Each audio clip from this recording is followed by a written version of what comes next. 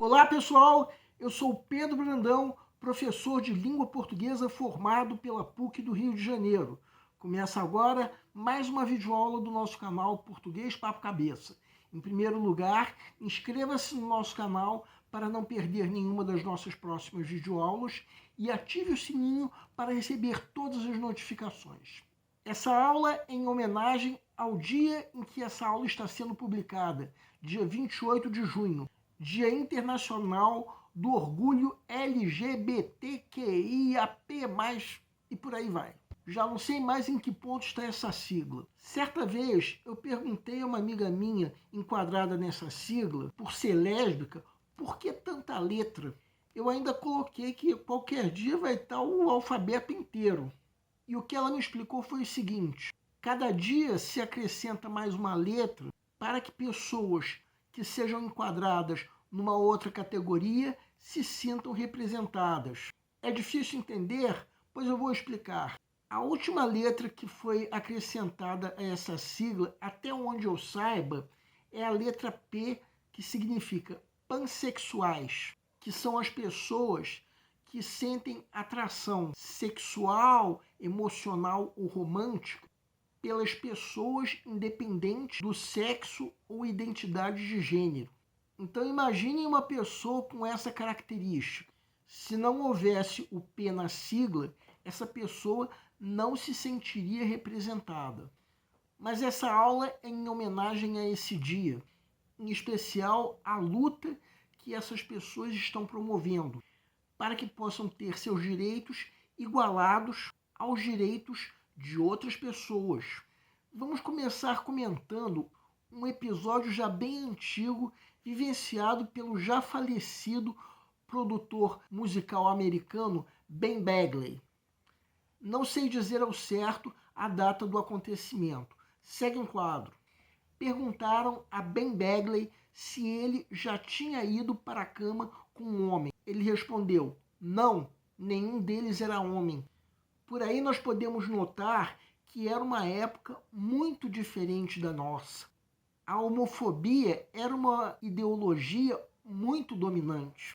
Mas é claro que se ele falou isso, é porque ele próprio não se considerava homem devido simplesmente à sua condição de homossexual. Como eu disse, era uma época diferente da nossa. Se Ben Bagley nasceu em 1933, sabemos de antemão que ele vivenciou, sim, a ideologia homofóbica.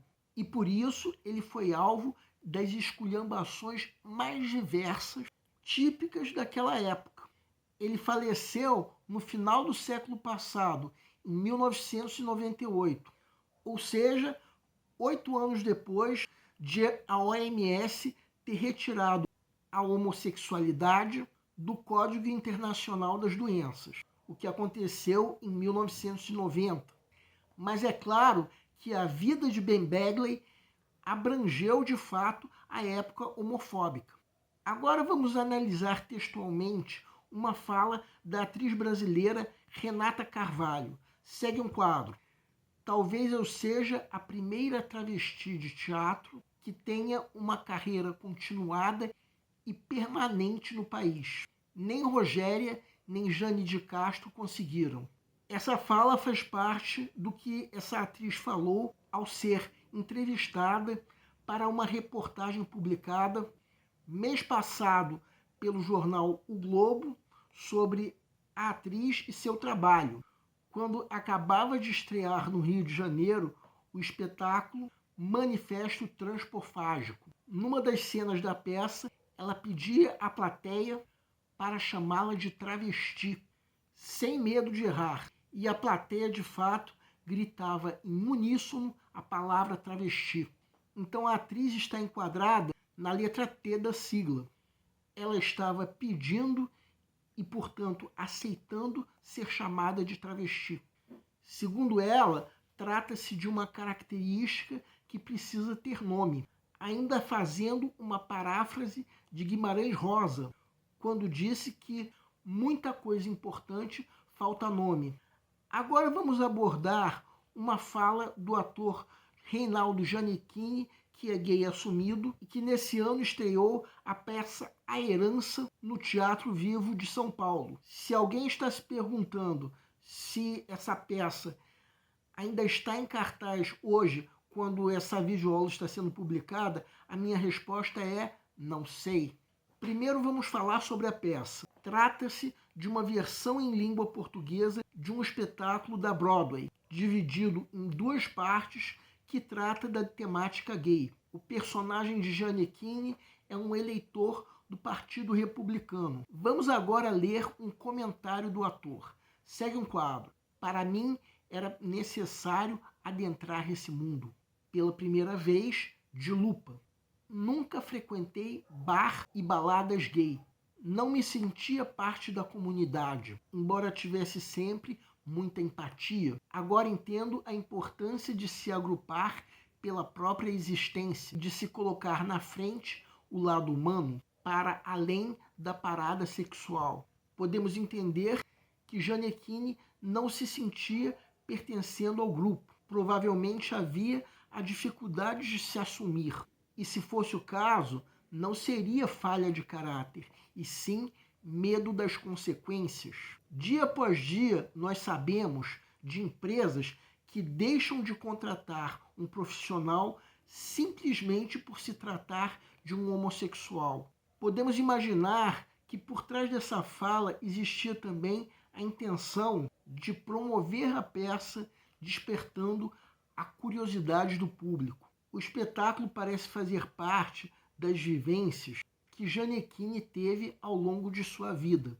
Depois de tantos anos de dificuldade, finalmente poder se assumir, até porque essa fala faz parte da reportagem de divulgação da peça pelo jornal O Globo, cuja sede não é nem na cidade de São Paulo, onde ocorria o espetáculo, e sim no Rio de Janeiro. A reportagem como um todo passou uma imagem satisfatória sobre a peça. Talvez não seja o caso dizer que essa reportagem convidava o carioca a viajar para São Paulo simplesmente para assistir à peça, mas talvez torcer para que futuramente a peça fizesse temporada aqui no Rio de Janeiro, onde funciona o canal. Agora vamos comentar uma reportagem publicada pelo jornal Folha de São Paulo no ano de 2019, ou seja, antes da pandemia, no dia 29 de agosto, o chamado Dia da Visibilidade Lésbica daquele ano. Tratava-se de uma reportagem muito breve, baseada em entrevistas com 7 mulheres lésbicas de gerações diferentes. A mim, Pedro Brandão, chamou a atenção sobre como a época e o tipo de família atuam no sentido de facilitar ou dificultar o ato de se assumir. Vamos entender. Segue um quadro. Vejam a página da reportagem, que veio no caderno cotidiano do jornal Folha de São Paulo. O jornal entrevistou 7 mulheres lésbicas. Vamos fazer um comentário sobre 3 dessas mulheres, começando pela publicitária Daniela Castellani, que na época tinha 49 anos, ou seja, provavelmente nascera no ano de 1970. Quem quiser pode dar uma pausa para ler. E aí, já leram? Vejam agora o que ela disse. Podemos imaginar que ela deve ter tido dificuldades de se assumir devido à geração. Se ela diz que o ato de se assumir em público voltou a ser uma questão difícil, provavelmente ela disse isso baseado numa série de vivências que ela deve ter tido. Agora vejam o caso da produtora de moda Renata Mecati, que na época tinha 32 anos. Provavelmente deve ter nascido em 1987. Quem quiser pode dar uma pausa para ler. Primeiramente, vejam que o texto está dizendo que ela veio de uma família mais progressista. Pela posição da foto, fica claro que isso está em grau comparativo com a família da primeira entrevistada, cuja foto veio primeiro. Esse trecho que nós estamos destacando em vermelho é um termo de autorreferência, ou seja, ele aponta em parte a opinião do autor. Mais adiante nós falaremos melhor sobre isso. Por enquanto vamos notar que essa mulher é de uma geração muito posterior à da família da mulher que nós analisamos primeiro.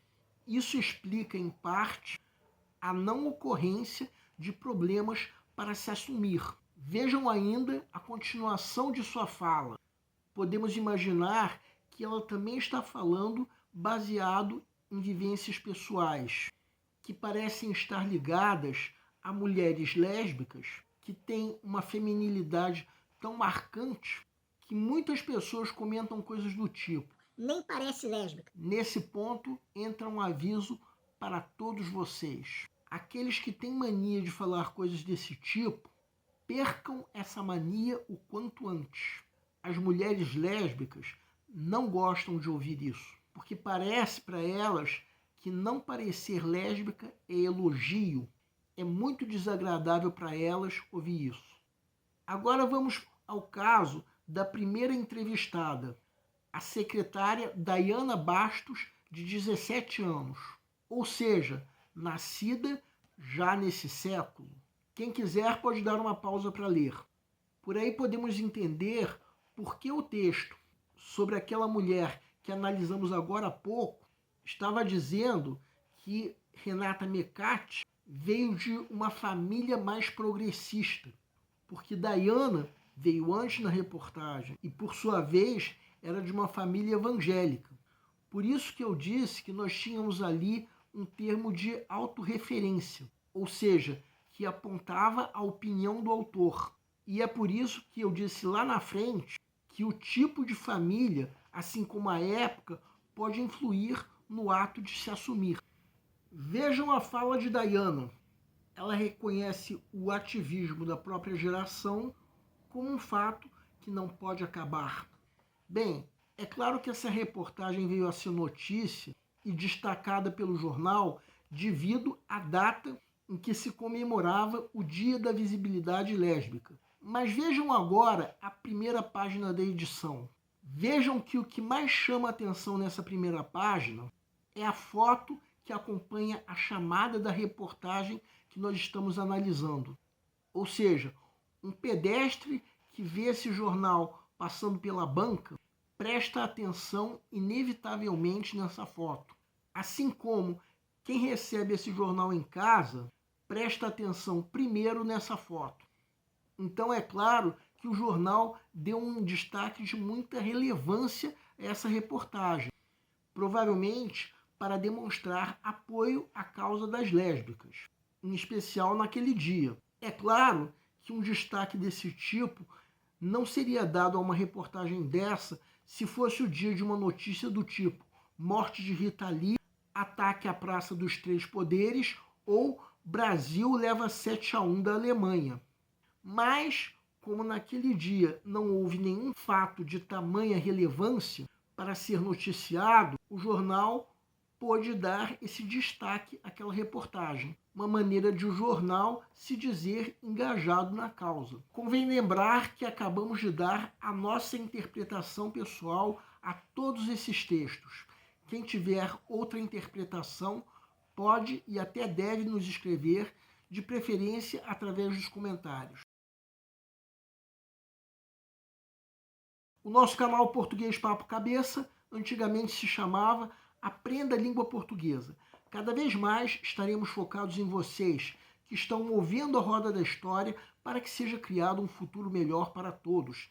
Então o nosso foco principal continua sendo os vestibulandos, que terão no nosso canal uma fonte importante de estudos de língua portuguesa, onde nós ensinaremos os recursos da nossa língua para que possam, em primeiro lugar, escrever de forma adequada, entre outros textos, a redação do vestibular. Em segundo lugar, para que possam interpretar textos de forma adequada, não apenas numa prova de vestibular ou concurso, mas também na leitura de textos que ajudarão vocês a se manterem atualizados.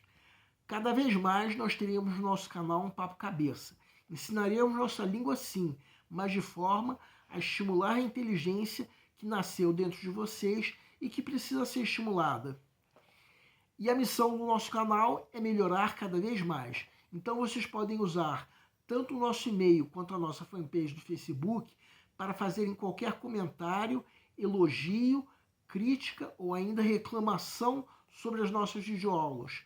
E vocês também podem usar tanto o nosso e-mail quanto a nossa fanpage para pedirem para esclarecer qualquer dúvida que vocês tenham sobre a matéria. E nós agradecemos a todos vocês que estão assistindo nossas videoaulas. Em especial, nós agradecemos a todos vocês que estão compartilhando nossas videoaulas com outras pessoas. Muito obrigado porque vocês estão ajudando o nosso canal a ser feito. Pedimos ainda que deixem um like. Muito obrigado e aguardem nossa próxima aula.